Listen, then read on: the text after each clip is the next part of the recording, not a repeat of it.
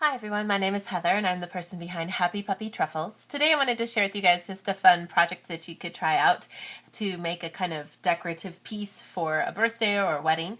Making a wedding cake that can have little tiny boxes hiding inside that you can use as gift boxes.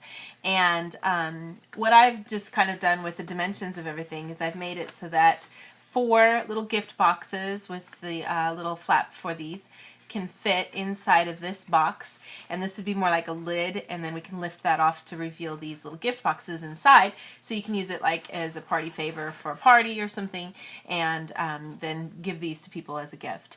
And the dimensions for everything here I'll share with you guys of how stuff is, but these particular boxes were made with paper that was 14 by 14 centimeters. And if you need a reminder of how to make this with the hinge and then the little latch on here, I'll have the link for that in the description so that you can check that out. But this is just made using some nice pretty screen paper that I had in both a silver and a pink. And like I said, the gift boxes are 14 by 14 centimeters. And then I used some Brazil craft paper for my box, for the outer part of my box, and that was about 30.5 by 30.5, and that's for the box top. And then we could decorate that like a cake using some other elements. What I thought we could do is, first of all, we're going to have a base for the box where we can kind of create a lid sort of feel for everything with this. And the base piece of paper that I'm using is 14 by 14 centimeters too.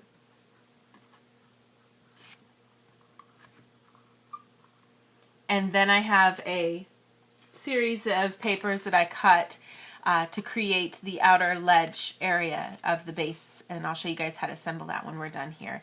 But I'm going to be shooting to make the box base 10 by 10, so I needed to have enough to cover that area. And I wound up making the width of this 3 centimeters, so that when folded in half it'd be 1.5 centimeters tall, to give us a little edge there for that. So you need something. It can be in parts, like mine's in parts, it's not all together, but you do need something that has a perimeter of 40 centimeters at least, 40 plus centimeters long, and then the width is 3 centimeters wide for the edge kind of to the box. And then I also made some little decorative elements. These are just little tiny balloons before they've been blown up, kind of. And I just used 4 by 4 centimeter paper for that to make the balloons. And I'll show you guys how I use that then as a decoration to create kind of the effect of frosting on a cake. And like I said, you can use this kind of approach for a wedding theme, for birthdays, so many different ways you can use it. But I'll show you guys kind of how to put everything together here, and the pieces with what I've got here at least. So I've got my box base here, and I've taken the paper and gone ahead and I have one set of sides here. This is 10 centimeters, and I just cut halfway so that when I fold this way I can create a nice edge. And then on this side, I actually used the whole width of my Brazil paper, which is 30, so I've got 10 and 10 here and about 5 on each side. And I'm going to use that just as an overlap on the other side too when I do this. And you can use, either glue, or I'm just going to go ahead and use some double-sided tape to make things a little easier for this part. But you want to just try to get it all kind of connected if you can. I'm just going to, for the sake of things so that it's a little easier to put it together, I'm just going to start off by first making the basic shape of a square. And to do that, I'm just going to put a little bit here on this edge so that I can kind of connect the side, and then do the same thing on the other side too.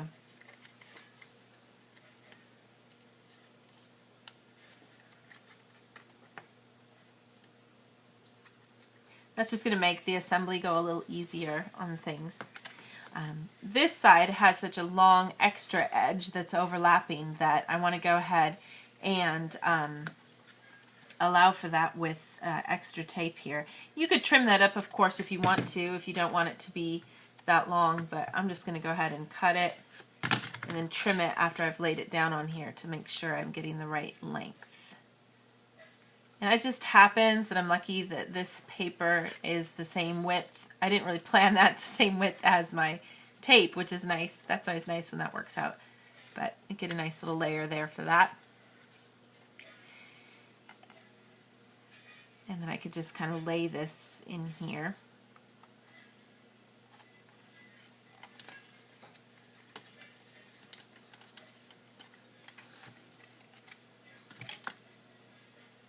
And then another little bit on the corner.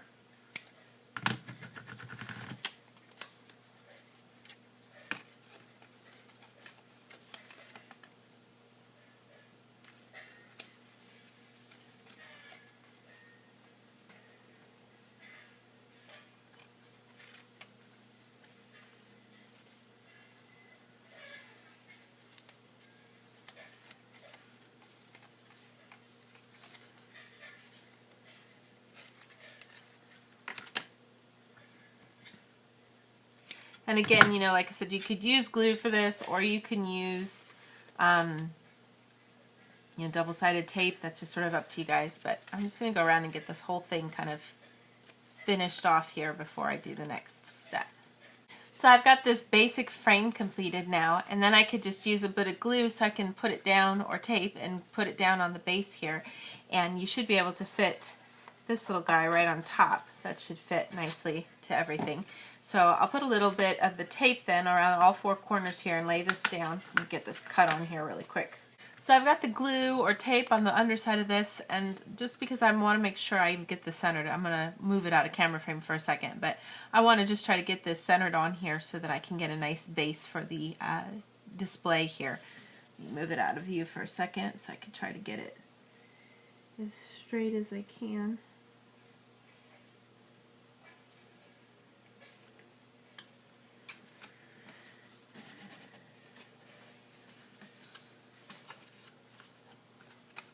So again, this should give us a nice little base then that we can just kind of put this on and take it off, and it'll give you a nice place to kind of keep everything solid on your table if you're doing this as a centerpiece.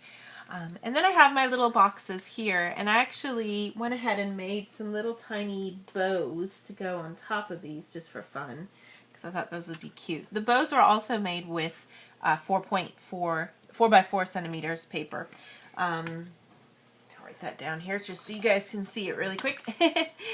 But so yeah, if you wanted to make the bows, those are also 4 by 4 centimeters, and but cut in half actually, because the bow only uses half a sheet of paper. So excuse me, that should be 4 by 2 centimeters for the bows,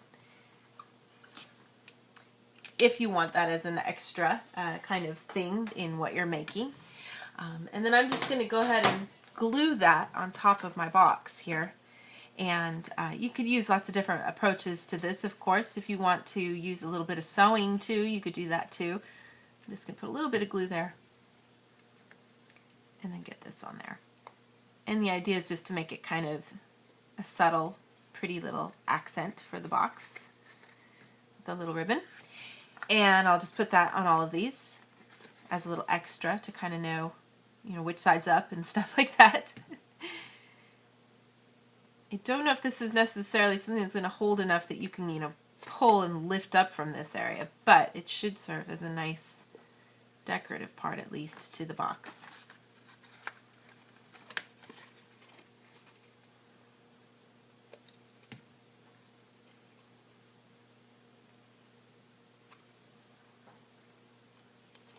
And the neat thing about, you know, doing these for a birthday or for a wedding, of course, is that you can, of course, incorporate the colors for the wedding if you're doing that, or if there's some themes for the wedding, for a birthday party, you can use those elements as you do these kinds of things. You could have the boxes and decorations match wrapping paper if you're doing a birthday theme, that kind of thing. So that gives me my basic boxes then to put inside this base, and then I can kind of have them all here.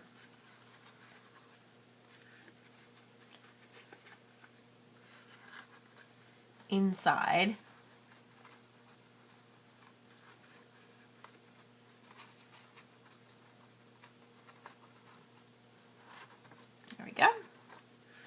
and that gives you sort of a nice little decorative way of giving people party favors or chocolates or something. And then we have the lid that we can just slide right on top, and we could decorate that. Now I want to just give it a second here because I want to make sure my little ribbon's dry. So I'll put those to the side for a second. And I've got the box top here. So first, really quick before I do anything else, if you have any desire to put like a decoration around the outer edge of the box, you probably want to do that really quick first, and then we can worry about putting the stuff on top when we're done with that. I just had some stuff from sewing materials, this like elastic, but the scalloped edging on it looked kind of like fuzzy little frosting. I thought it would be cute on here. So I was just going to trim out a piece that I could put around the outer edge here and just tuck it away by including it in one of the folds. So obviously I'm just going to start off with a little bit extra beyond what I might need to make sure I can get this secured inside. And then you can add it in here. You could of course, you know, use glue too or whatever. I just want to kind of just keep it simple and get it included in here if I can for stuff. And it's just really a simple point of opening up one of the sides here. And I'm just going to kind of focus on getting it and connected into one of these creases here. So you could use obviously some tape or something like that if you wanted to. I'm going to use some double-sided tape here too, just so that I can even secure the edge of the box too when I finish this off.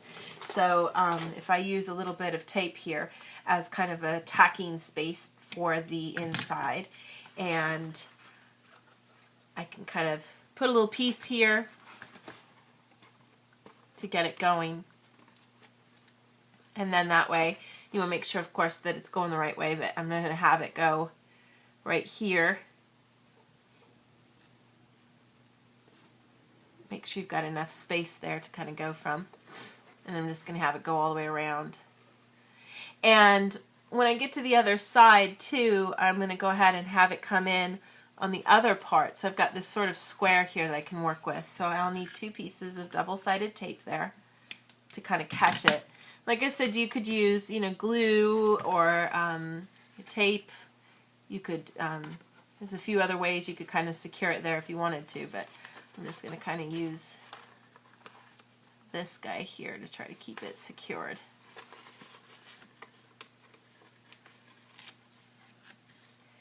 So of course I don't want it to connect yet, just making sure that I first focus on, because the material I'm using is elastic, I can even pull a little harder than normal so that I can get a little bit more kind of going here to keep it secure. But I'm going to get it all the way around here to the other side, and I want to just give myself actually a little less than I've been working with, of course, here. And I'm going to make sure, just to make sure that I'm getting it straight, because it can be a little tricky with the way that this is going around. I'm going to just take quick note, ouch. I'm going to take quick note of how far I am on this side, just to give myself a little guide. It's about 2.5 centimeters is where I wound up getting it from. So just to kind of, you know, make sure that I don't get it in the wrong place and wind up having stuff look a little off center when I'm finished here. Because this will be on the inside and you won't be able to see, I'm just going to go ahead and mark it off.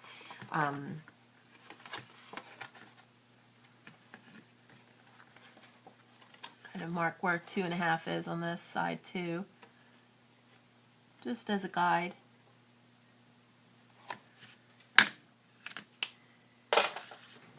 And then I could go ahead and pull this around.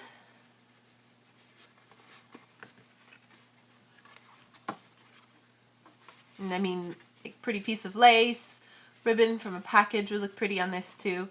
Lots of different ways you could use this to kind of decorate a piece if you wanted to.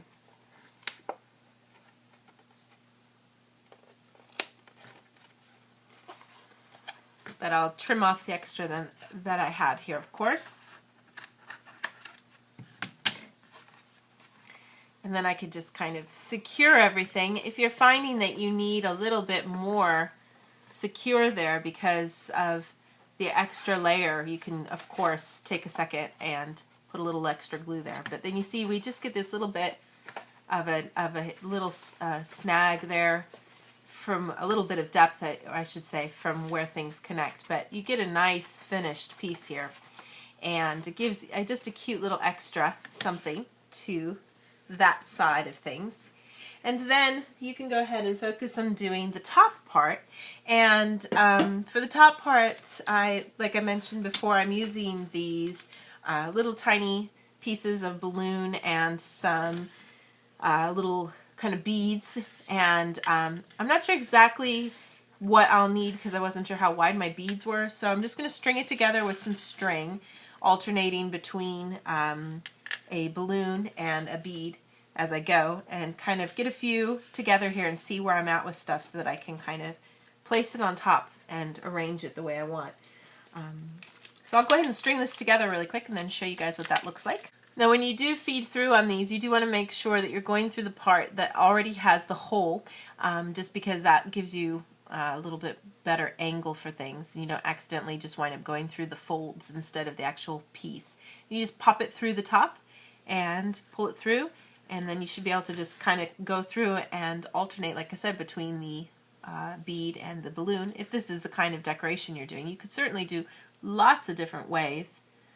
There's lots of different fun ways you can do it. It doesn't have to all be exactly like this, but I'll get this all connected and we'll look at how things are then from there. So I've got some of these kind of connected here, and I think it turned out to be about 1, 2, 3, 4, 6, 7, 8, 9, 10, 11, 12, 13, 14 of the little balloon pieces and 14 beads to kind of just give a nice little kind of surface here for these. And you could kind of just put a little bit of glue and stick them down here. Let me just tie this off first. Depends on the size of the beads you're using, of course, so you want to give yourself a chance to first string them up and then lay them down and see kind of what you're looking at in terms of the of how many you'll need exactly, depending on that. But if you're kind of doing something similar to what I've got, that gives you an idea of how many you might need to make. I made a few extra just to make sure, but we'll just tie off the little kind of necklace-like piece that we've made then with the beads and the balloons here. And then I could just go ahead and I'm going to take my glue, just put a bunch of it on top here. I'm kind of hoping this will work to keep everything secured without me needing to necessarily like do anything else to this. But of course we'll need to give it some time to dry, but you want to give yourself a good amount of glue on here so that everything has a good point of connection with all of this, so that we can get the decoration on top secured. And I want to try, I'm just going to shoot to try to have the part that's not, that's more, what's the word I'm looking for? That's flat here on the balloon side of things, if I can help it. Just because that's the side I think that looks a little bit more attractive for what we're doing here. But you can choose if you like that geometric style of that side better, you can keep that, of course. I'm just going to go ahead and keep this side as my side that I want to show off. That kind of gives you a completed, finished lid then, and if you give it a little time to dry, it should hold pretty well. Again, if you're trying to make this as like a keepsake box or something, you might want to go in and sew down some of the edges a little bit if you wanted to. But with the nice little lid, and then again we've got our base box gift boxes down here with the little bows on them, and then the little top part should just slide right on top here. And like I said, this makes a cute little centerpiece for a wedding, for a birthday party. You can kind of have these out. You could certainly, go much more all out with your decorations. You can put candles on top. You can put other origami, like the double crane origami, for example, or something if you're looking for a wedding, or flowers. Lots of fun things you can do. But that's just sort of the completed, finished piece here to share with you guys today. I'll have some more fun projects to share with you guys in the days to come. Thanks again always so much for watching, and I'll see y'all next time. Bye!